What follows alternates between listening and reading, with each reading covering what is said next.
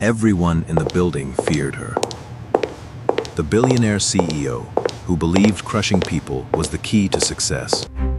She didn't raise her voice. Fear did the work for her. Until one ordinary night, when the power failed and fear stopped working. Everyone get to the stairs, move! And the person who saved everything wasn't an executive. Elara Voss did not believe in kindness as a business strategy. She believed in pressure. Pressure created results. Pressure exposed weakness. And weakness, in Elara's world, was a liability that had to be removed before it spread. She had made that decision years ago, deliberately, after learning that hesitation invited betrayal. From that moment on, she stopped confusing leadership with sympathy. At Voss Meridian Capital, success was not encouraged. It was demanded. People called Elara ruthless. She never denied it. Ruthlessness meant clarity. Ruthlessness meant no one misunderstood expectations. If someone broke under pressure, that wasn't cruelty. It was proof they never belonged at the top. Fear, to Elara, was not punishment.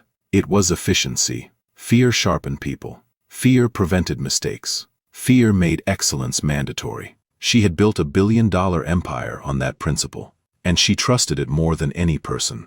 Compassion blurred lines. Mercy invited excuses. Elara had no interest in either. She arrived every morning at exactly 6:40 a.m. Her assistant had her coffee ready, black, precise, untouched by warmth or conversation. The executive floor fell silent before she stepped off the elevator, not because she demanded it, but because everyone understood what silence meant. Elara didn't raise her voice. She didn't need to. A pause, a look, a single sentence spoken without emotion. That was enough to dismantle people. Careers collapsed quietly in her presence, not because she enjoyed destruction, but because she believed removing weak links protected the whole. Systems mattered. Individuals did not. The people who cleaned the building worked at night. Invisibility was efficient. Until the morning efficiency failed. The quarterly strategy meeting began at 9 a.m. Senior leadership sat around the glass conference table in silence, tablets aligned, backs straight. No one spoke. They waited. Elara Voss stood at the head of the table and opened her laptop. The projector screen behind her stayed blank. She clicked once. Nothing. She clicked again. Still nothing. A tightness appeared at the corner of her jaw. Looking too closely at Elara during moments like this was dangerous. The technology director rose too quickly, his chair scraping. "One moment, Ms. Voss. We tested the system yesterday. Everything was operational." Elara didn't look at him. "How long have you known this system was unstable?" "It wasn't unstable," he said. "We ran diagnostics." "Then explain," Elara replied, lifting her eyes at last. "Why 14 people are wasting time staring at a blank screen?" He moved toward the projector, hands shaking as he checked ports. "It might be the input channel, or—" "I don't pay you to speculate," Elara cut in. "I pay you to eliminate uncertainty." Silence crushed the room. No one dared breathe. This was never about the projector. It was the visible crack, and Elara believed pressure either sealed cracks or exposed weakness. Weakness could not linger. Then the door opened. A facilities worker stepped inside, pushing a cleaning cart. The interruption was so unexpected no one reacted at first. Facilities staff were meant to be invisible, moving after hours, unseen and unheard. "I'm sorry," the man said quietly. "I'll come back." He turned the cart toward the door. Then he stopped. "Before I go," he said calmly, "may I say something?" "No," Elara replied instantly. He spoke anyway. "They're not trying to fail you." The room emptied of air. Elara turned fully toward him. "Repeat that." "The system failed," he continued. "Not the people. Everyone here showed up ready to do their job. Sometimes things break. That doesn't mean someone deserves to be crushed for it." Elara stepped forward. "You clean floors," she said evenly. "You do not evaluate my leadership." "Yes, ma'am." "Then leave before you lose your job." "I understand," Ryan said. "But what I said is still true." He turned and walked out. The door closed softly behind him. Something shifted in the room. The meeting resumed, but it never fully recovered. By noon, the projection system was fixed. By early afternoon, the numbers were reviewed and decisions finalized. On paper, the meeting was a success. The agenda was completed. The outcomes were clear. The company moved forward. Elara Voss remained seated long after the room emptied. She stared at the blank screen, now glowing normally, and felt a faint irritation she couldn't place. Not anger, not embarrassment, something quieter, something that lingered. No one mentioned what had happened. That was how things worked here. Incidents were absorbed, not discussed. Silence sealed over discomfort the same way concrete sealed over cracks. Elara had built the culture intentionally. Attention created risk. Memory created weakness. Back in her office, a message waited on her desk by morning. A termination memo. Facilities Department. Insubordination. Employee, Ryan. The document was written in neutral language, carefully stripped of emotion. 3 paragraphs explaining protocol. 1 signature line waiting patiently at the bottom. Elara read it once. Then again. She slid it into a drawer without signing. She told herself it wasn't hesitation. It was timing. She had more important matters to handle. The markets didn't pause for discomfort. Days passed. Ryan continued working. Elara noticed him without meaning to. In hallways, in the background of conversations. Always present where tension lingered, always leaving it quieter than before. People spoke more freely around him. Problems seemed to dissolve instead of escalate. It irritated her. Late one evening, Elara worked past sunset. The building emptied slowly, floor by floor, until the silence returned in full. As she stepped into the break room for coffee, she saw Ryan sitting alone at one of the small tables, eating quietly, a book open beside him. "You're not worried about your job," she said. Ryan looked up. "Should I be? You contradicted me in front of senior leadership." "Yes. And you don't regret it?" "No." "Why?" He closed the book gently. "Because staying quiet would have made me part of it." That answer followed her home. That night, Elara stood at the window of her apartment, city lights spread beneath her like circuitry, and felt something unfamiliar pressing against her chest. Not fear, doubt. Elara Voss responded to doubt the only way she knew how. She tightened control. Meetings grew longer, deadlines shortened. Reviews became sharper, stripped of reassurance or context. Elara scrutinized every report, line by line, not because performance had declined, but because it hadn't. Stability made her uneasy. Stability suggested comfort. Comfort invited failure. She removed 2 people within the same week. Not publicly, not dramatically. One was dismissed after hesitating during a presentation. Another after failing to answer a question immediately. Elara explained both decisions with calm logic. They were not personal, they were necessary. Weakness could not be allowed to slow momentum. The message traveled faster than any memo. Conversations cut short when footsteps approached. Laughter disappeared from break rooms. Emails became smaller, safer, stripped of opinion and possibility. The silence returned, thicker than before. Ryan noticed. He noticed because he was invisible enough to see everything. He saw shoulders tense when Elara entered a room. He saw people apologize before speaking, even when they had done nothing wrong. He said nothing. He did his work the same way he always had. Quiet, thorough, unreactive. Elara noticed him noticing. That irritated her. One evening, she corrected him publicly over something minor. Ryan acknowledged it without defensiveness and continued working. No embarrassment, no resentment, no fear. The absence of reaction unsettled her more than open resistance would have. "Why don't you avoid me?" she asked later, the question sharper than she intended. Ryan paused. "I don't need to." That answer followed her home. That night, Elara worked past midnight. The building emptied around her until only the hum of systems remained. She stared at spreadsheets without reading them, the familiar tightness settling in her chest. The feeling she had always labeled discipline. The pressure she mistook for strength. She told herself fear still worked. But something else had begun to fail. Her certainty. The next morning, she woke before her alarm, heart racing for no clear reason. She dismissed it as irritation, fatigue, anything but doubt. By the end of the week, the company was efficient again. But it felt brittle. The blackout came without warning. At 6:47 p.m., the lights across Boss Meridian Capital cut out all at once. not flickered, not dimmed, gone. Emergency lighting snapped on seconds later, harsh and unforgiving, throwing sharp shadows across hallways and stairwells. Elevators stopped mid-shaft. Screens went black. Voices rose instantly, panic spread faster than reason. Ilara Voss stood frozen in her office for a heartbeat. This was not supposed to happen. The building had redundancies, backups she had personally approved. Failure at this scale meant something she hated admitting. Control was gone. Her phone buzzed with alerts she couldn't read fast enough. She moved toward the stairwell and stepped directly into disorder. People pushed past one another. Someone stumbled. Another cried openly, gripping the railing. Fear no longer sharpened behavior, it unraveled it. Everyone stay calm, Ilara ordered.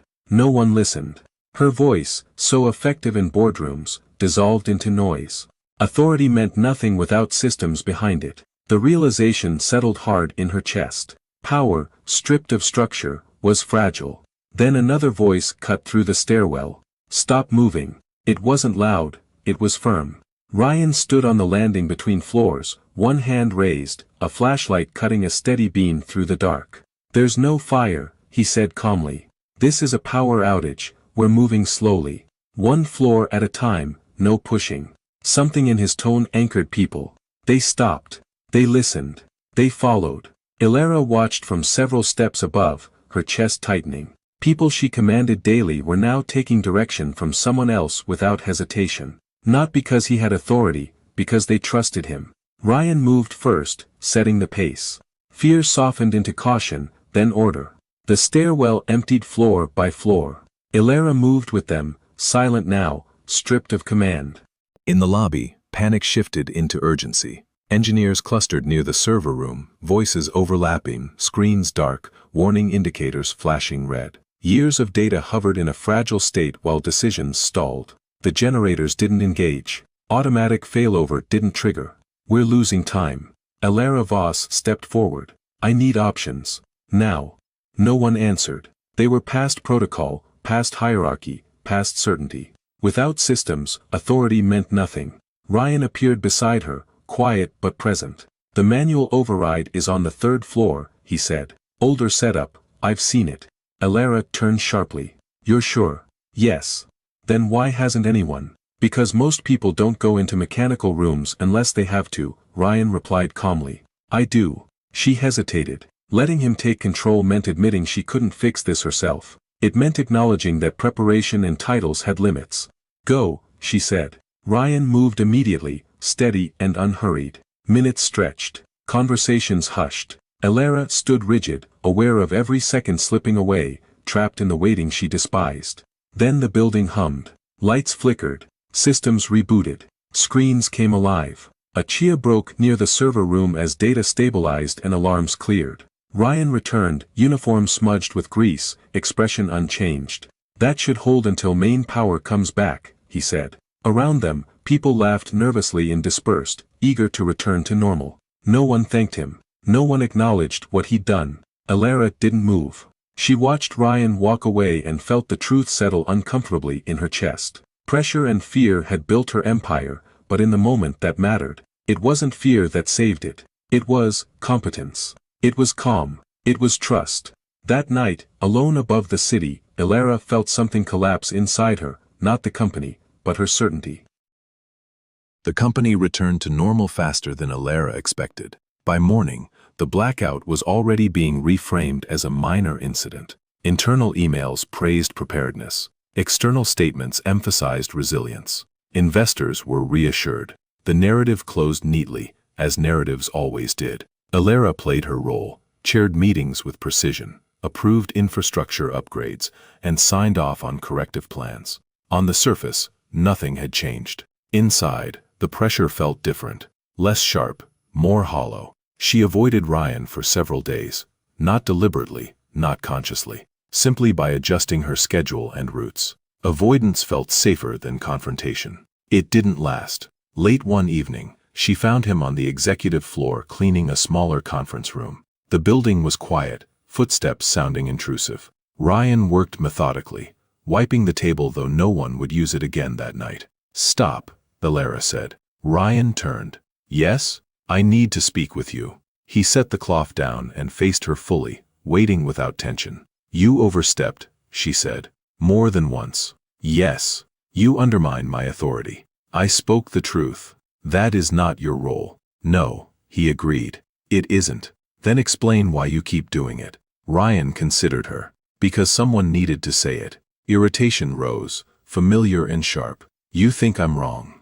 I think you're afraid, he said quietly. Her breath caught. That's not your place. Maybe not, but you asked. She turned away, pacing once, hands clenched. Fear built this company, she said. Fear made it strong. For a while, Ryan replied. She stopped. You saved the building. That doesn't give you moral authority. I didn't do it for authority. I did it because it needed to be done. That's not leadership.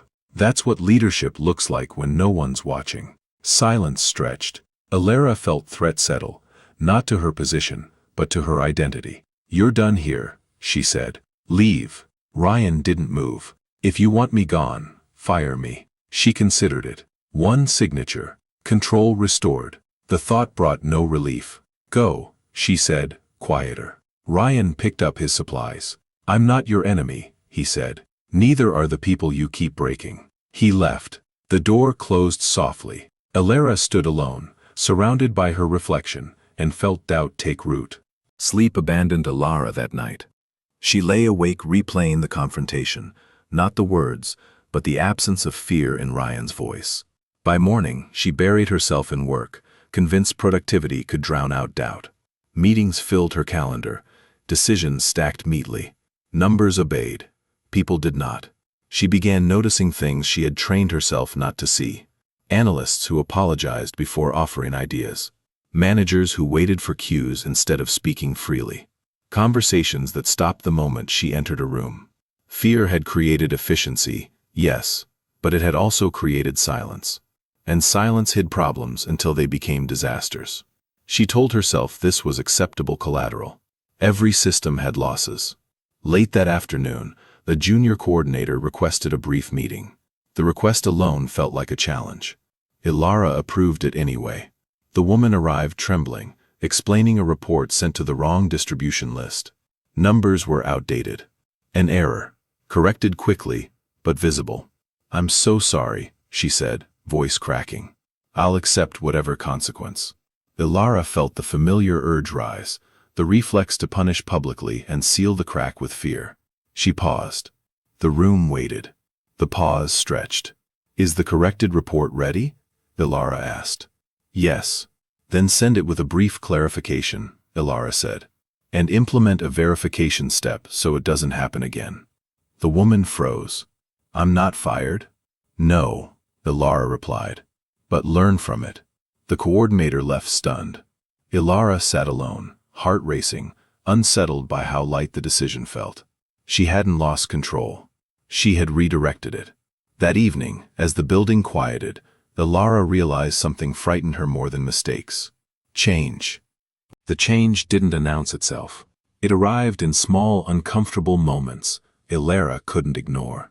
A meeting where someone disagreed with her and didn't immediately apologize. An email that offered an alternative instead of silent compliance. Each instance tightened something in her chest. Not anger this time, but fear that letting go would unravel everything.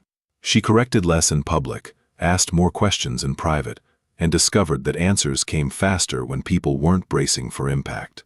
Productivity didn't drop. If anything, it sharpened. That realization unsettled her. Late one evening, she walked the executive floor without a destination, listening to the building hum. She found Ryan near the service elevator, finishing his shift, wiping his hands on a rag. You didn't take the promotion, she said, referring to the offer she'd approved and then regretted. I like what I do, he replied. And my daughter needs me home during the day. The simplicity of it disarmed her. You could have more, Alara said. Ryan met her eyes. I have enough. She considered that word like a foreign language. Enough had never applied to her world. She built to outrun fear, to stay ahead of loss, to make herself untouchable. Yet here stood someone untouched, without armor. You were right, she said finally. Ryan tilted his head. About what? Fear, she said. It works. Until it doesn't. The elevator doors opened. Ryan stepped inside, then paused.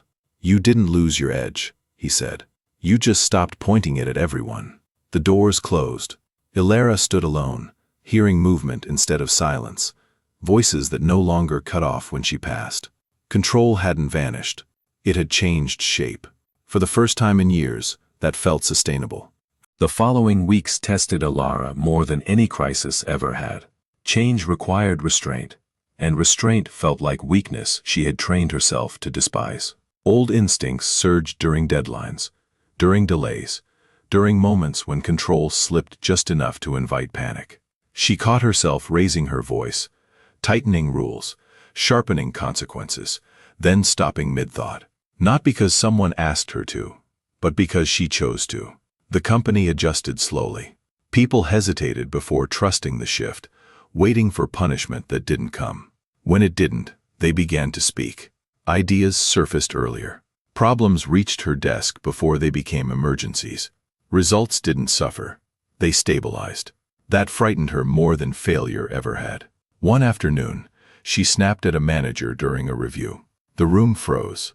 Ilara felt the old power surge, the familiar satisfaction of dominance, followed immediately by exhaustion. She stopped.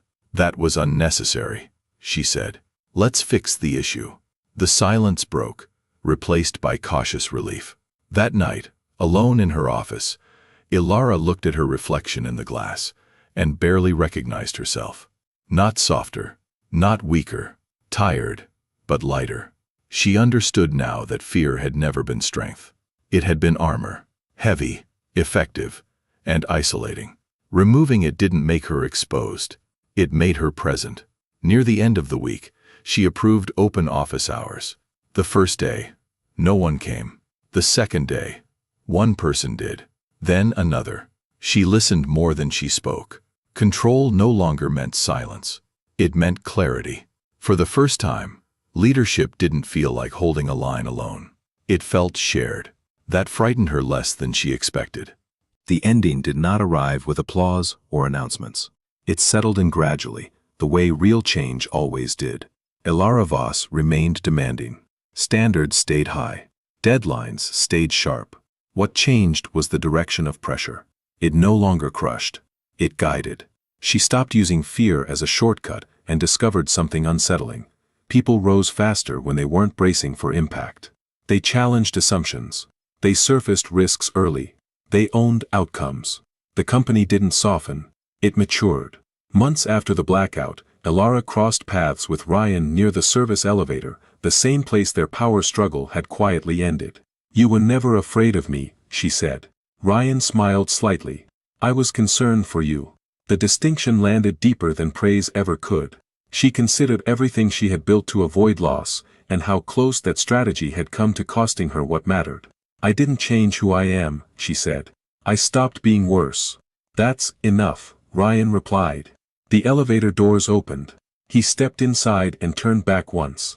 "Power doesn't scare people," he added. "Uncertainty does." The doors closed.